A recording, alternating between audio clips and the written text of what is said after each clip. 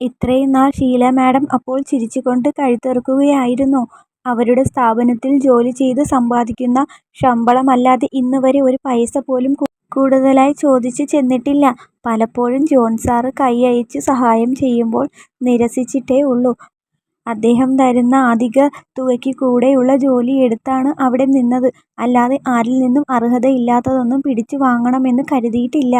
Hey മോഹിനി, താനിങ്ങനെ ഡെസ്പാവാതെടോ. ചിന്തകളിലായി വിഷണ്ണയായിരിക്കുന്ന മോഹിനിയെ കണ്ടതും ജസ്റ്റിനാകെ വല്ലാതെയായി. അവൻ മോഹിനിക്കരികിലേക്ക് കസേര വലിച്ചിട്ടുകൊണ്ട് അവളെ ആശ്വസിപ്പിക്കാൻ തുടങ്ങി. എന്നാൽ ഇതേ സമയം ആ കോഫി ഹൗസിലുള്ള പലരും മോഹിനിയെ തിരിച്ചറിഞ്ഞു തുടങ്ങിയിരുന്നു. അവരുടെ ക്യാമറ കണ്ണുകൾ അവളെ ഒപ്പുന്ന തിരക്കിലായിരുന്നു.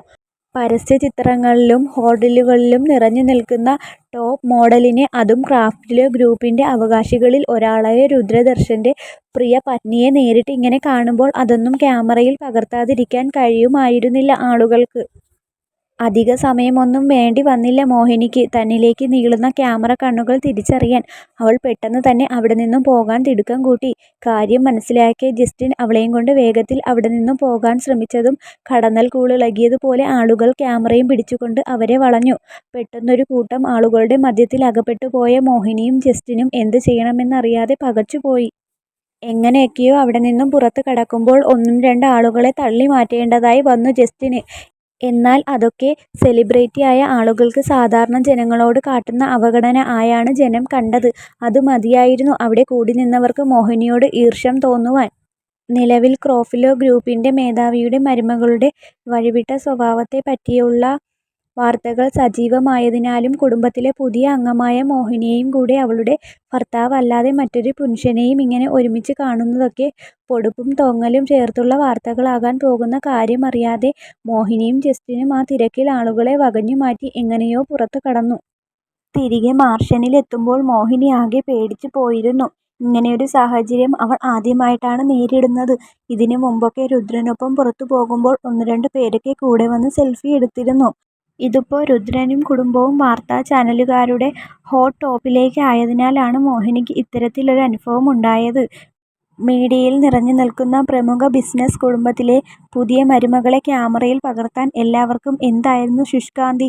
മുറിയിലെത്തി വേഷമാകെ മാറിയതും മോഹിനി കുറച്ചു നേരം ഒന്ന് കിടന്നുപോയി. മനസ്സിന്റെ ക്ഷീണം അവളുടെ ശരീരത്തെയും ബാധിച്ചിരുന്നു. ആ കിടപ്പിൽ അവളൊന്ന് മയങ്ങിപ്പോയിരുന്നു. ഫോണിൽ നിർത്താതെ വരുന്ന നോട്ടിഫിക്കേഷനുകളുടെ ശബ്ദമാണ് അവളെ മയക്കത്തിൽ നിന്നും ഉണർത്തിയത്.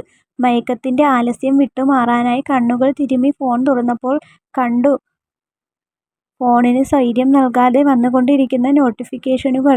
നോട്ടിഫിക്കേഷനിൽ വന്നൊരു ലിങ്ക് തുറന്നപ്പോൾ കണ്ട ആർട്ടിക്കിൾ കണ്ട് മോഹിനി ഞെട്ടിത്തരിച്ചു. അവളെയും ജസ്റ്റിനെയും ചേർത്ത് ഓരോരോ കഥകൾ പടച്ചു വിട്ടിട്ടുണ്ട് മീഡിയ. ചില ഇൻസ്റ്റഗ്രാം പേജുകൾ മോഹിനിയെ മറ്റൊരു രാധികയായി ചിത്രീകരിക്കുന്നുണ്ട്. നിലവിൽ രാധികയെ പറ്റിയുള്ള വാർത്തയ്ക്കിടയിൽ ഇത്തരമൊരു കാര്യം കൂടി കിട്ടിയതും സോഷ്യൽ മീഡിയ അത് ഏറ്റെടുത്ത മട്ടാണ്. അല്ലെങ്കിലും സോഷ്യൽ മീഡിയയിൽ ആളുകൾക്ക് ക്രൂശിക്കാനായി ഓരോ തവണയും ഓരോ ഇരകൾ ജന്മം കൊള്ളുമല്ലോ.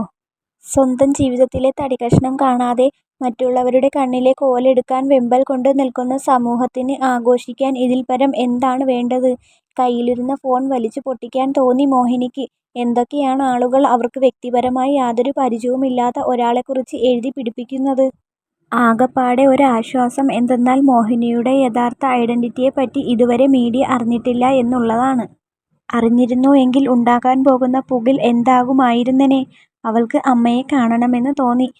സരള ഇപ്പോൾ രുദ്രന്റെ പഴയ അപ്പാർട്ട്മെന്റിലാണ് താമസം. അവർക്ക് കൂട്ടായി വീട്ടിലെ കാര്യങ്ങളും മറ്റും നോക്കാൻ ഒരു മലയാളി സ്ത്രീയെ ഏർപ്പെടുത്തിയിട്ടുണ്ട്. മോഹിനിക്ക് ഒന്നവിടം വരെ പോകണമെന്നുണ്ടെങ്കിലും ഇനിയും പുറത്തിറങ്ങി കൂടുതൽ എന്തെങ്കിലും പ്രശ്നങ്ങൾ ഉണ്ടാക്കാൻ അവൾക്ക് താല്പര്യം ഉണ്ടായിരുന്നില്ല. അവൾ സരളയെ ഫോൺ വിളിക്കാമെന്ന് തീരുമാനിച്ചു. 3 റിങ് അടിക്കുമ്പോഴത്തേക്കും സരള ഫോൺ എടുത്തിരുന്നു. അമ്മേ. മോഹിനിയുടെ ശബ്ദത്തിൽ വല്ലാതെ വിഷമം കലർന്നത് കേട്ട് സരളയ്ക്ക് ആകെ ആദിയായി. എന്താ മോളെ, എന്തുപറ്റി നിന്റെ ശബ്ദം ആകെ വല്ലാതിരിക്കുന്നത്. സരള ചോദിക്കാൻ ഇരുന്നതെന്ന പോലെ നടന്ന സംഭവങ്ങൾ മുഴുവനും മോഹിനി അവരോട് വിവരിച്ചു. ഒക്കെ കേട്ടതും സരള അവളെ ആശ്വസിപ്പിക്കാൻ തുടങ്ങി. മോളെ, ഇതിലും വലിയ പ്രതിസന്ധികളിലൂടെ കടന്നു പോയവളല്ലേ നീ. അത് വെച്ച് നോക്കുമ്പോൾ ഈ സംഭവമൊക്കെ നിന്നെ തളർത്താൻ പാകത്തിന് ഉള്ളവയാണോ. മാത്രവുമല്ല നീ ഇപ്പോൾ തീർത്തും സ്വകാര്യ ജീവിതം നയിക്കുന്ന ഒരാളല്ല. നീ സമൂഹത്തിൽ അറിയപ്പെടുന്ന ഒരു വ്യക്തിയാണ്. അപ്പോൾ ഇങ്ങനെയുള്ള പല കാര്യങ്ങളും നിന്റെ ജീവിതത്തിൽ സംഭവിക്കും. അതിനൊക്കെ ഇങ്ങനെ വിഷമിക്കാൻ പോയാൽ പിന്നെ അതിനേ നമുക്ക് സമയം കാണൂ. നീ ഇപ്പോൾ നടന്നതൊക്കെ കണ്ടില്ല കേട്ടില്ല എന്ന് വിചാരിച്ചാൽ മതി. നീ തെറ്റുകാരിയല്ല എന്ന് നിന്റെ മനസ്സാക്ഷിക്ക് ബോധ്യമുണ്ടെങ്കിൽ പിന്നെ മറ്റുള്ളവരുടെ സ്വഭാവ സർട്ടിഫിക്കറ്റിന്റെ ആവശ്യം എന്താണ്? അമ്മയുടെ വാക്കുകൾ മോഹിനിയിൽ ഒരുപാട് ആശ്വാസം നിറച്ചു. അവളും ചിന്തിച്ചു, ഇങ്ങനെ ആരെങ്കിലും എന്തെങ്കിലും ഒന്ന് പറഞ്ഞാൽ തീരാനുള്ളതേ ഉള്ളൂ താൻ. ഇതിലൊന്നും തളരേണ്ട ആവശ്യം ഈ മോഹിനിക്കില്ല. എൻ്റെ മോൾ ഇനി ഇങ്ങനെയൊന്നും ഓർത്ത് വിഷമിക്കരുത്. ഇല്ലമ്മേ, പെട്ടെന്ന് ഇങ്ങനെയൊക്കെ കണ്ടപ്പോൾ എനിക്ക് സഹിക്കാൻ കഴിഞ്ഞില്ല. ഇപ്പോൾ അമ്മയോട് സംസാരിച്ചപ്പോൾ ഒരാശ്വാസം. വീണ്ടും കുറച്ച് കാര്യങ്ങൾ കൂടി പറഞ്ഞവൾ ഫോൺ വെച്ചു. അപ്പോഴേക്കും ഒരു സെർവന്റ് വന്നവളോട് ഉച്ചഭക്ഷണത്തിന് സമയമായി എന്ന് ഓർമ്മിപ്പിച്ചു. ഭക്ഷണം കഴിക്കാനായി തീൻമേശയിൽ എത്തിയപ്പോൾ അവിടെ രുദ്രൻ ഒഴികെ മറ്റാരും ഉണ്ടായിരുന്നില്ല. രുദ്രനാണെങ്കിൽ ആകെ ഗൗരവത്തിലാണ്. മോഹിനി വന്നതറിഞ്ഞിട്ട് കൂടി ഒന്ന് മുഖമുയർത്തി നോക്കാതെ ഭക്ഷണം കഴിച്ചുകൊണ്ടിരിക്കുകയാണ്. ഉറപ്പായും ജസ്റ്റിനുമായുള്ള തൻ്റെ കൂടിക്കാഴ്ചയെ പറ്റിയുള്ള വാർത്തകൾ രുദ്രേട്ടനും അറിഞ്ഞു കാണും. അറിയാതെ എവിടെ പോകാൻ? ഇനി ആളുകൾ എഴുതിപ്പിടിപ്പിച്ചതൊക്കെയും അപ്പാടെ വിശ്വസിച്ചിട്ടുണ്ടാകുമോ? ഉണ്ടെങ്കിൽ പണ്ടത്തെ പോലെ വീണ്ടും ദേഷ്യം കാണിച്ചു തുടങ്ങുമോ എന്നോട്? ഇന്നലെ രാവിലെ ജസ്റ്റിൻ്റെ കോൾ വന്നപ്പോൾ രുദ്രേട്ടനും എന്തോ അത്യാവശ്യ ഫോൺ വന്നു ബാൽക്കണിയിലേക്ക് പോയിരുന്നു. അതുകൊണ്ട് തന്നെ ജസ്റ്റിനുമായി അവൾ ഫോണിൽ സംസാരിച്ചതൊന്നും രുദ്രൻ അറിഞ്ഞില്ല. രുദ്രൻ ചോദിച്ചപ്പോൾ അവനോടുള്ള പിണക്കത്തിൽ പറയാൻ സൗകര്യമില്ല എന്ന് പറഞ്ഞിരുന്നവൾ. അവൻ എന്തെങ്കിലും പറയാൻ തുടങ്ങുമ്പോഴത്തേക്കും വീണ്ടും ഒരു അത്യാവശ്യ ഫോൺ കോൾ വന്നവന് പുറത്തു പോകേണ്ടതായി വന്നു. ഇന്ന് രാവിലെയും ലീവാണെങ്കിൽ കൂടി അവൻ ചില കാര്യങ്ങൾക്കായി ഓഫീസിലേക്ക് പോയ സമയമാണ് മോഹിനിയും ജസ്റ്റിനെ കാണാൻ പുറപ്പെട്ടത്. ഇനി എന്താ, ആരെങ്കിലും വന്ന് ആനയിച്ചാലേ നീ ഇരുന്ന് കഴിക്കൂ എന്നുണ്ടോ? പ്ലേറ്റിൽ നിന്നും മുഖമുയർത്താതെ തന്നെ ഒരു പറച്ചിൽ. പെട്ടെന്ന് തന്നെ മോഹിനി അവനിക്കരികിലുള്ള കസേരയിൽ ഇരിപ്പുറപ്പിച്ചു. കഴിക്കാനുള്ളതൊക്കെയും ടേബിളിൽ തന്നെ നിരത്തി വെച്ചിരിക്കുന്നതിനാൽ മോഹിനി ആവശ്യമുള്ള ഭക്ഷണം തൻ്റെ പ്ലേറ്റിലേക്ക് വിളമ്പി. തനിക്കരികിൽ ഇങ്ങനെ വലിഞ്ഞു മുറുകിയ മുഖവുമായി ഇരുന്ന് കഴിക്കുന്ന രുദ്രനൊപ്പം ഇരുന്ന് ഭക്ഷണം കഴിക്കാൻ അവൾക്കെന്തോ മടി പോലെ തോന്നി. പാത്രത്തിലുള്ളതൊക്കെയും നുള്ളിപ്പെറുക്കി ഇരുന്നവളെ കണ്ട് രുദ്രന് കലി കയറി. ഇനി എന്താ, ആരെങ്കിലും വാരി തരണോ? രുദ്രൻ്റെ ഈർഷ്യയോടെയുള്ള ചോദ്യം കേട്ടതും മോഹിനി ഒരു വിധത്തിൽ പ്ലേറ്റിലെടുത്ത് ഭക്ഷണം കഴിച്ചു തുടങ്ങി. കഴിച്ചു കഴിയും വരെയും ഇരുവരും തമ്മിൽ യാതൊരുവിധ സംസാരങ്ങളും ഉണ്ടായിരുന്നില്ല. ആദ്യം കഴിച്ചു കഴിഞ്ഞത് രുദ്രനാണ്. അവൻ ഭക്ഷണം കഴിച്ചു മുറിയിലേക്ക് പോയതും മോഹിനിയും കഴിച്ചെഴുന്നേറ്റിരുന്നു.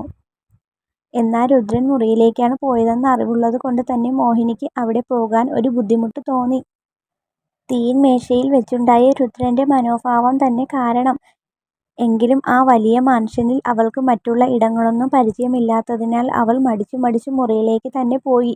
മുറിയിലെത്തിയ മോഹിനി കണ്ടു ഫോണിലൂടെ ആരോടോ ദേഷ്യത്തിൽ സംസാരിക്കുന്നവനെ.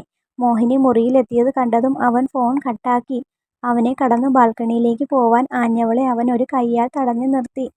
അവൾ മുഖമുയർത്തി അവനെ നോക്കിയതും കണ്ടു മുഖമാകെ ദേഷ്യം കൊണ്ട് വീർത്ത് കെട്ടിയിരിപ്പുണ്ട്. ഇന്നലെ നിനക്ക് വന്ന ഫോൺ കോൾ അതവൻ്റെ ആയിരുന്നോ?